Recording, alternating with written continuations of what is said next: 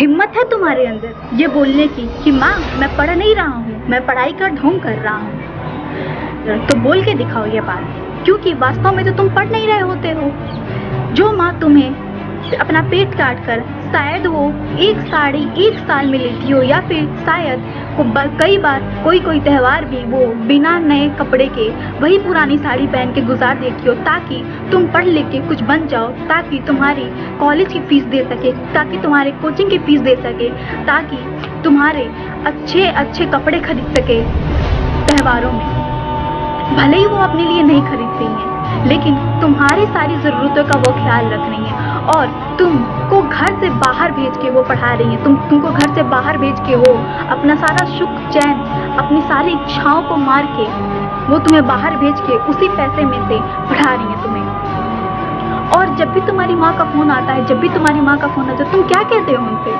अरे माँ फ़ोन रखो, मैं तो दोस्तों के साथ घूम रहा हूँ। अरे माँ फ़ोन रखो, मैं तो कॉलेज में हूँ। अरे माँ फ़ोन रखो, मैं तो पार्टी कर रहा हूँ। अरे माँ फ़ोन रखो, मैं तो पढ़ रहा हूँ।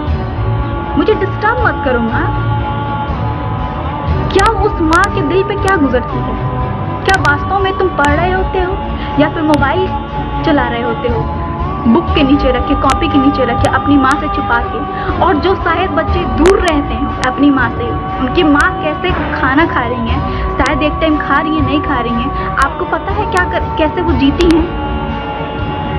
और आप उनके साथ ऐसा व्यवहार करते हो, और आप से वो लाखों की उम्मीद लगा के बैठी हुई कि कल को मेरा बेटा कुछ बन जाएगा पढ़ लिख के, तो मैं अपने बेटे को कामयाब देके खुश हो जाऊंगी। अरे यार, वो माँ तो ये भी नहीं चाहती हैं कि तुम उनकी अपने कमाई में से उनको कुछ दो। वो तो तुम्हें इसलिए पढ़ा रही हैं, तुम्हें इसलिए कुछ कर, क्योंकि तुम अपने लिए कुछ कर लो।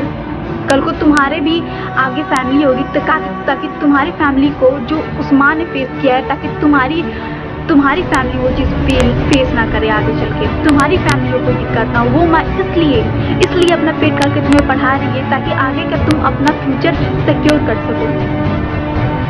और जब भी उस माँ का फ़ोन आता है, तुम उन्हें डांट के रख देते हो, तुम उन्हें धिक्कार के रख देते हो, तुम उनकी अवहेलना करते हो कि माँ मैं तो, मुझे डिस्टर्ब मत करो। अरे माँ से कौन डिस्टर्ब होता है यार?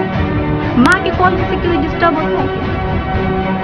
हाँ, तुम जिस दिन घर छोड़ के आए होगे बाहर पढ़ने के लिए, तुम उस माँ के आंख में पीड़ा देखे होगे। शायद बहुत से ऐसी माँ होंगी जो लिपट कर तुमसे रोने लगी होंगी कि बेटा जा रहे हो तो कुछ बन के आना, मैं यहाँ संभाल लूँगी, मैं नमक रोटी खा लूँगी, मैं नई साड़ी नहीं लूँगी, लेकिन तुम जा रहे हो तो कुछ करके आना। और यहाँ पे आके उनके बच्चे पार्टी कर रहे हैं उन माँ के पैसे से। शायद वो गुल्लक से जोड़ के पैसे जो आपको भेजती होंगी, शायद वो कहीं काम करके छोटे मोटे आपको वो पैसे भेजती होंगी। शायद उनके पास एक रात खाने को ना हो। शायद आज दिवाली का त्यौहार हो, चाहे दिवाली हो चाहे कोई भी त्यौहार हो, उनके पास भले एक मिठाई खरीदने का उतना पैसा ना, शायद वो किसी से उधार लेके मिठाई खरीदी हो, चाहे कैसा सिचुएशन है।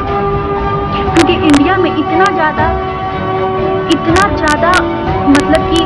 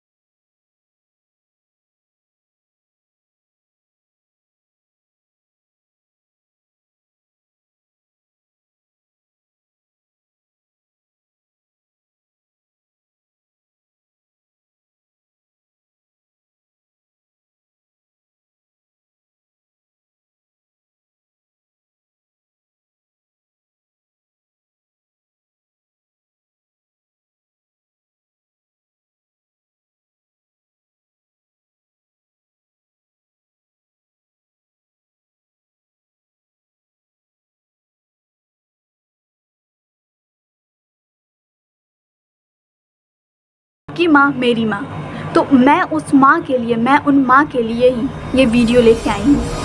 अगर आपको ये वीडियो अच्छी लगी हो तो एक लाइक हमारी माँ के लिए, आपकी माँ के लिए ज़रूर करना। और अगर आपको वीडियो ज़रा सा भी हेल्पफुल लगी हो या फिर आपको कुछ भी अच्छा लगा हो इस वीडियो का पार्ट, तो प्लीज़ मेरे चैनल को सब्सक्राइब आप कर देना।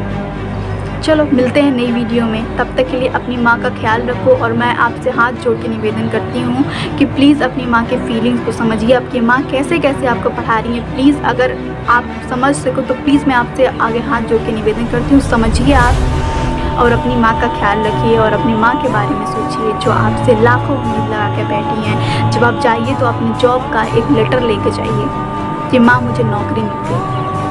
ठीक है, चलो thanks for watching this video और मिलते हैं जल्दी से नए वीडियो में। और हाँ, नीचे कमेंट में अपनी माँ के लिए एक प्यारा सा लाइन लिख दो।